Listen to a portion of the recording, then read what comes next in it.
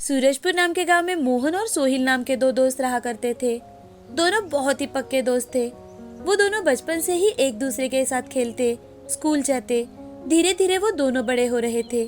दोनों भी गरीब घर के लड़के थे। एक दिन दोनों रास्ते से बातें करते करते जा रहे थे, अपने आगे की जिंदगी के बारे में सोच रहे थे कि तभी मोहन सोहिल से, अरे सोहिल, मुझे लगता है कि हम दोनों को मिलकर कुछ काम धंधा करना चाहिए ताकि हमारी पढ़ाई का खर्चा हमारे माँ बापू को न करना पड़े और हम हमारी जिंदगी आराम से निकाल पाए। देख भाई, अपन को भी ऐसी ही लाइफ चाहिए जहाँ सिर्फ पैसा हो, और पैसा बोलता है भाई। आखिर हर जगह पैसे की कीमत है बेड़ू। बिना पैसा किसी को इज्जत विज्जत नहीं रहती इस दुनिया में। सोहिल बोल ही रहा था कि तभी रास्ते पर एक अमीर आदमी गाड़ी से उतरता है और एक गरीब को गाड़ी पहुंचने के लिए कहता है और खुद आराम से फोन पर बातें करने लगता है। गाड़ी पहुंचते ही वो गरीब आदमी हाथ जोड़कर गाड़ी के मालिक के सामने खड़ा हो जाता है और मालिक जितने पैसे दे वो लेकर वहां से चला जाता है। तो उसे देख सोहिल, जरा घूमकर देख तो सही, उसके पास पैसा है तो देख, आराम से फोन पर बातें कर रहा है, और वो बेचारा तेरी तरह सोच वाला गाड़ी पहुंचकर दूसरों को सलाम किए जा रहा है। ऐसी लाइफ जीना है क्या तेरे को? अरे सोहिल, अगर मेहनत करके पैसे कमाएंगे तो जिंदगी भर आराम से नींद आएगी और चैन भी मिलेगा। अरे कौन सी दुनिया में जी रहा बेड़ू तू? और कितने लोग दिखाओ तुझे, बोल। ईमानदारी से कमाते हैं और आज भी वही के वही है, और जो काला धंधे करते हैं ना, उनकी ही बात कुछ अलग है। देख, वो हमारे इलाके का दादा, उसके जैसा बनना है अपन को। देख कैसे आगे जाने वाले लोग उसको सलाम किए जा रहे हैं, कितनी इज्जत है भाई की। अरे सोहिल, वो सब उसको सलाम इसीलिए कर रहे हैं क्योंकि वो सब उससे डरते हैं। उसकी इज्जत कोई नहीं करता। अरे अपन भी उधर ही जाएगा। अरे सोहिल, वो रास्ता सही नहीं है। आज नहीं तो कल उस रास्ते पर धोखा ही है। एक बार अगर उस रास्ते पर चल पड़े तो तुम वहां से कभी वापस नहीं आ सकते। इतनी अच्छी लाइफ से कौन निकलना चाहेगा बिड़ू? देख लेना, तुझसे ज्यादा इज्जत और तुझसे ज्यादा पैसा कमाएगा मैं, और तू रह अपनी घिसी पिटी जिंदगी में जहाँ पैसा ही नहीं है। 2 वक्त की रोटी के लिए भी जूझना पड़ता है इधर। सोहिल देख, अगर तू ऐसा करेगा ना तो तेरी मेरी दोस्ती आज ही खत्म हो जाएगी। अबे छुछुंदर, तू क्या मेरी जिंदगी से जाएगा बे? मैं खुद तेरी जिंदगी में नहीं रहूंगा। मेरे सपने बहुत बड़े हैं, तेरे जैसे नहीं छोटे मोटे। अब मोहन और सोहिल दोनों के रास्ते वहीं पर अलग अलग हो जाते हैं। मोहन मेहनत कर अपनी पढ़ाई पूरी कर एक ऑफिस में क्लर्क का काम करने लगता है और अपनी जिंदगी बड़े ही साधारण तरीके से जीने लगता है। दूसरी ओर सोहिल के सपने इतने बड़े थे कि सोहिल गलती पर गलती किए जा रहा था। उसने अपनी पढ़ाई बीच में ही छोड़ दी।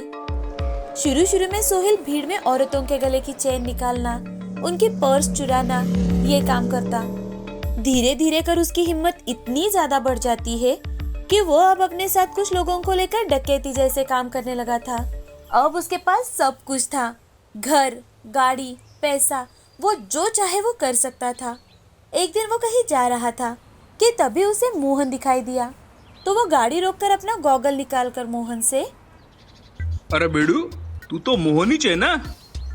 हाँ, लेकिन मैंने आपको नहीं पहचाना। पहचान नहीं पाया ना बेड़ू अपने को? अपने करीबी दोस्त को भूल गया तू? अरे सोहिल, ये तुम हो? अरे कितने बदल गए हो भाई तुम। मैं तो तुम्हें पहचान ही नहीं पाया। अरे यही तो कमाल है मोहन पैसे का। मैंने तेरे को कहा था ना कि सच्चाई के रास्ते पे चलकर तू कुछ नहीं कमा पाएगा। देखा, आज तू वही बस्ती में रहता है और मैं एक बड़े से बंगले में रहता हूँ। तू आज भी वही साइकिल चलाता है और मेरे को देख, मैं मर्सिडीज में घूमता हूँ, मर्सिडीज में।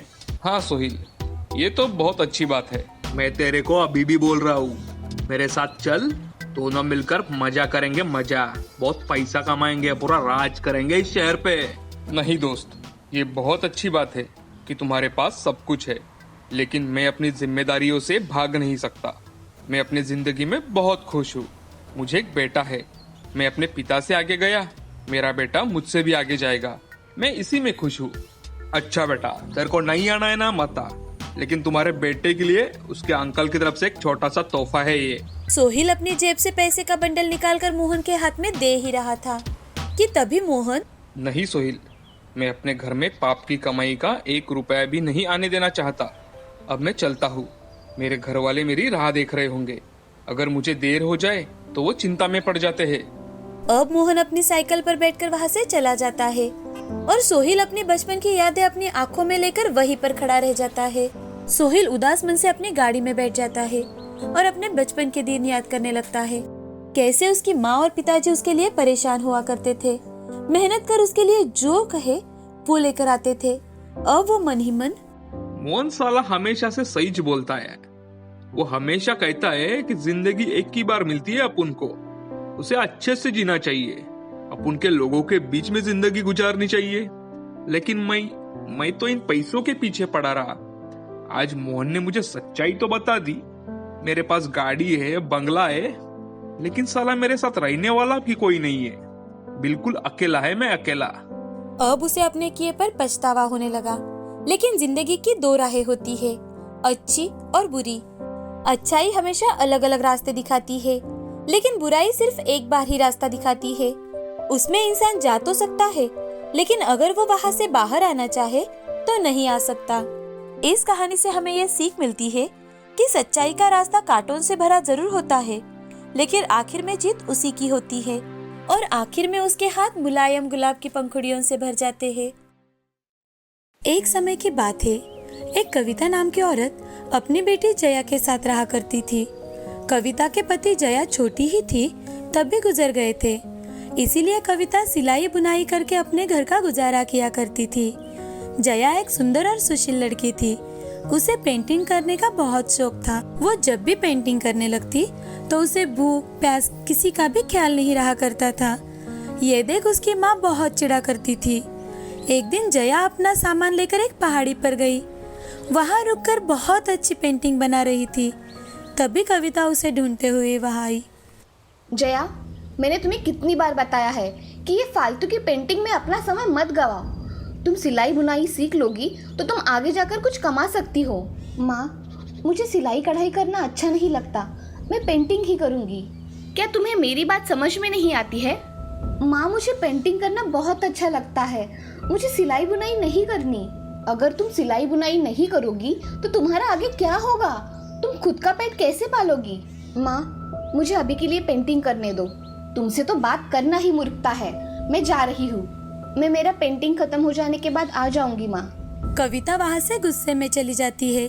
उस दिन जया अपना पेंटिंग का काम पूरा करके घर चली जाती है। उसकी माँ सिलाई का काम कर रही थी। कविता जया को आवाज देती है। जया, तुम्हें मैं कुछ काम नहीं बताती, इसका मतलब ये नहीं है कि तुम तुम्हारे मन का करो। माँ, मैं कल से तुम्हारे काम में हाथ बटाया करूंगी। जया अब खाना खाकर सो जाती है। अगले दिन कविता अपना काम करने जल्दी ही बैठ जाती है तो जया पेंटिंग करने के लिए निकलती है। तभी कविता उसके पास आकर बोलती है, तुम कहाँ जा रही हो जया? लगता है तुम तुम्हारा कल का कहा भूल गई हो। नहीं माँ, मैं थोड़ी ही देर में आती हूँ। कविता को जया की बातें सुनकर बहुत गुस्सा आ जाता है और कविता जया के पेंटिंग कलर और ब्रश को बाहर फेंक देती है और उसे कपड़े सिलाने के लिए कहती है। तभी जया, माँ, तुमने मेरे पेंटिंग का सामान क्यों फेंक दिया? ऐसा कहकर जया बहुत रोने लगी और वहाँ से दूर जाकर एक जगह बैठकर बहुत रोने लगती है। उसी रास्ते से एक आलीशान गाड़ी आकर रुकती है। उस गाड़ी में एक औरत बैठी थी। उस औरत ने जया को रोते हुए देखकर उसके पास गई और जया से, तुम रो क्यों रही हो बच्ची? आप कौन हो? मैंने आपको पहचाना नहीं। मैं इस शहर के सबसे अमीर आदमी की बीवी हूँ। मेरा नाम काव्या है। अब मुझे बताओ, तुम रो क्यों रही हो? काव्या जया से बात कर रही थी। तभी वहाँ कविता आई और कविता काव्या को देख, नमस्ते मैडम, आप यहाँ कैसे आई? कुछ काम था तो हमें बुला लिया होता। नमस्ते। मैं यहाँ ये लड़की रो रही थी तो इसे देखने के लिए आई। क्या हुआ है इसे? मैडम, ये मेरी बच्ची जया है। इसे मैंने कुछ कपड़े सिलाने को कहा था तो इसके हाथों में सुई चुभ गई, इसीलिए यहाँ बैठकर रो रही है। तुम्हारी बेटी बहुत खूबसूरत है कविता। धन्यवाद मैडम। कविता, मैं चाहती हूँ कि तुम्हारी बेटी जया मेरे बंगले में आकर उसमें से रेशम के सारे कपड़े सिला दे। अगर इसने ऐसा किया तो मैं इसकी शादी मेरे बड़े बेटे से करा दूंगी। क्या आप सच कह रही है मैडम? हम कभी भी झूठ नहीं बोलते हैं कविता। जी मैडम, मैं आज ही इसे आपके बंगलों पर भेजती हूँ। जया बेशक ये काम पूरा करेगी। अब मैं चलती हूँ, तुम इसे लेकर कल आ जाना। जी मैडम। ऐसा कहकर काव्या वहाँ से चली जाती है।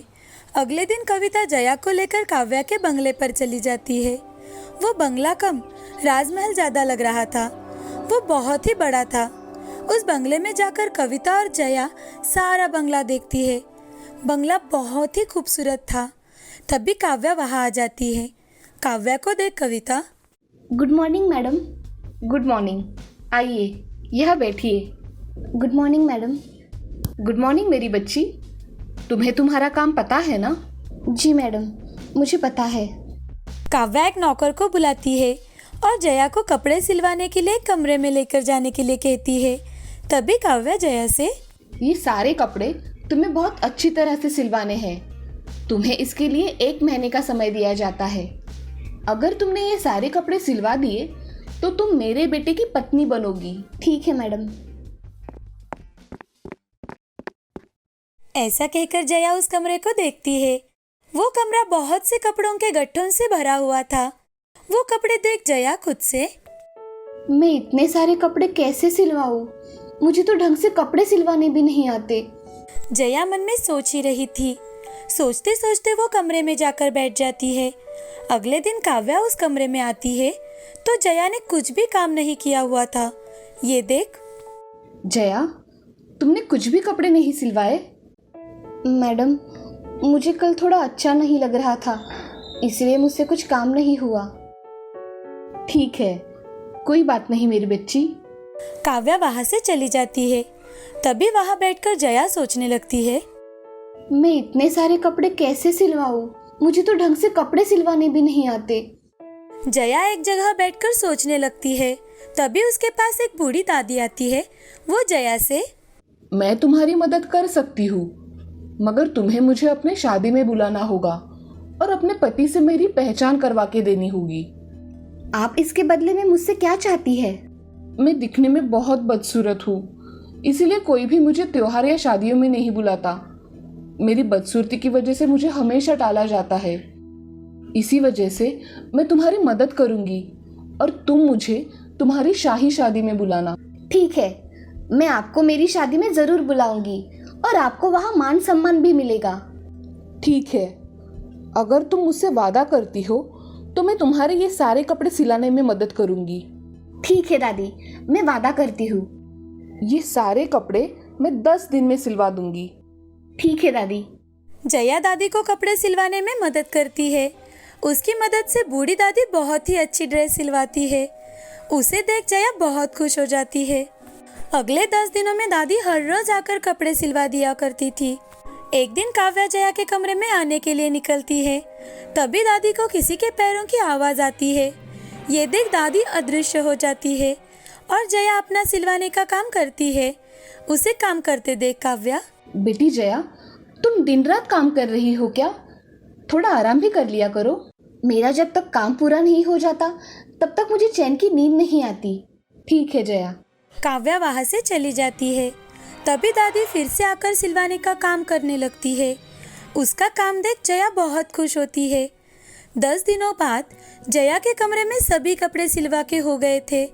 ये देख जया बहुत खुश हो जाती है। काव्या आकर देखती है तो काव्या जया से, मैं मेरी बहू मेहनती और ईमानदार चाहती थी, जो कि तुम हो। धन्यवाद मैडम। चलो, अब 10 दिनों बाद ही शादी का मुहूर्त निकाला जाएगा और तुम्हारी माँ को भी यहाँ बुलाया जाएगा। ऐसा कहकर काव्या वहाँ से चली जाती है। ये देख जया बहुत खुश हो जाती है। दूसरे ही दिन कविता बंगले में आ जाती है। तभी काव्या उसका बहुत अच्छे से स्वागत करती है और उसे आराम करने के लिए कहती है। ये देख जया कविता के कमरे में चली जाती है। तभी जया कविता से, माँ, मुझे तुम्हें कुछ बताना है। हाँ कहो ना जया, क्या कहना चाहती हो? माँ, मैंने एक बूढ़ी दादी को मेरे शादी में आमंत्रित किया है और वो मेरी रिश्तेदार है ऐसा बताना है। वो मेरी दादी बनकर आएगी। ऐसा कुछ नहीं होगा जया, तुम्हारी शादी इतने बड़े परिवार में हो रही है, ये क्या कम है कि तुम फिर से किसी को भी दादी बोल रही हो? माँ, मैंने दादी को वचन दिया है। उन्होंने कपड़े सिलवाने में मेरी बड़ी मदद की है, इसीलिए मैं वचन नहीं तोड़ सकती। तुम्हें जो ठीक लगे वो करो। ऐसा कहकर कविता सो जाती है। कुछ ही दिनों बाद महल में शाही शादी का आयोजन किया जाता है। शाही शादी में बहुत बड़े बड़े रईस लोग आमंत्रित थे। उनकी शादी देख सभी बहुत खुश थे। तभी दरवाजे पर बूढ़ी दादी आ जाती है। बूढ़ी दादी को देख जया भागते हुए उसके पास जाती है और उन्हें गले लगा लेती है। उनका हाथ पकड़कर उन्हें अंदर ले आती है। तभी जया का पति अर्जुन वहाँ आ जाता है और अर्जुन जया से, जया, ये कौन है? ये मेरी दादी है। मैं कपड़े सिलवाना इन्हीं से सीखी हूँ। अच्छा, आइए दादी, आपका स्वागत है। आइए दादी। जया और अर्जुन दादी को अंदर लेकर जाते हैं और थोड़ी ही देर बाद सभी खाना खाने के लिए बैठ जाते हैं। दादी को जया लेकर खाने की कुर्सी पर बिठाती है। सभी हंसी खुशी खाना खा रहे थे। तभी दादी अर्जुन से, अर्जुन, मेरे हाथ देखो कितने खराब है। हाँ दादी, मगर आपके हाथ इतने खराब कैसे हुए? मशीन पे हर रोज कपड़े सिलवा के मेरे हाथ खराब हो गए। और आपकी आंखें ऐसी लाल क्यों लग रही है दादी? अर्जुन, रेशम कपड़ा देख देख के मेरी दृष्टि कम हो गई है। ये बात सुन अर्जुन मन में बहुत डर जाता है। वो तुरंत ही जया के पास चला जाता है और जया से कहता है, जया, तुम आज से सिलाई का काम नहीं करोगी। तुम्हें जो भी दूसरा काम अच्छा लगे वो तुम कर सकती हो। मैं कुछ समझी नहीं, अब क्या कह रहे हो? तुम जैसी हो मुझे वैसी ही चाहिए। तुम सिलाई का काम नहीं करोगी। तुम्हें अगर पेंटिंग पसंद हो तो मैं तुम्हें बहुत अच्छे रंग ला कर दूंगा। जया को अपने कानों पर तो विश्वास ही नहीं हो रहा था। सच में अर्जुन जी, आप मुझे पेंटिंग करने देंगे? हाँ जया। जया अर्जुन के गले लग जाती है और वो जिंदगी भर खुशी खुशी रहते हैं। उनके साथ दादी भी रहा करती थी। उन्हें एक परिवार मिल गया था और अर्जुन का नेक दिल स्वभाव देख सभी बहुत खुश थे।